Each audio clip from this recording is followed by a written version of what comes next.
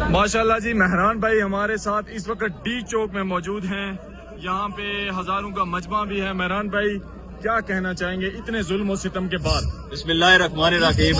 सब तो पहले अपने जितने भी लोग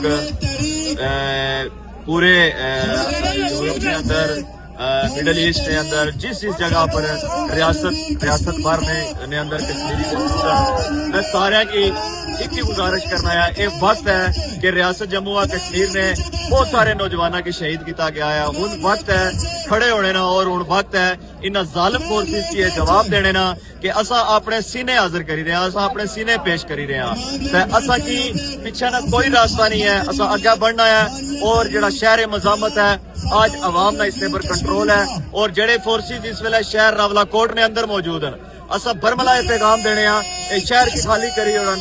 साड़ी लड़ाई अपने हकूक की लड़ाई है, साड़ी लड़ाई किसी अदारे के खिलाफ नहीं है। असा अपने बुनियादी हकूक वास्ते अपने घरों निकले हैं, और तमाम लोग इस वेले अपने इस बुनियादी हकूक वास्ते सरापा एहतजाज हैं।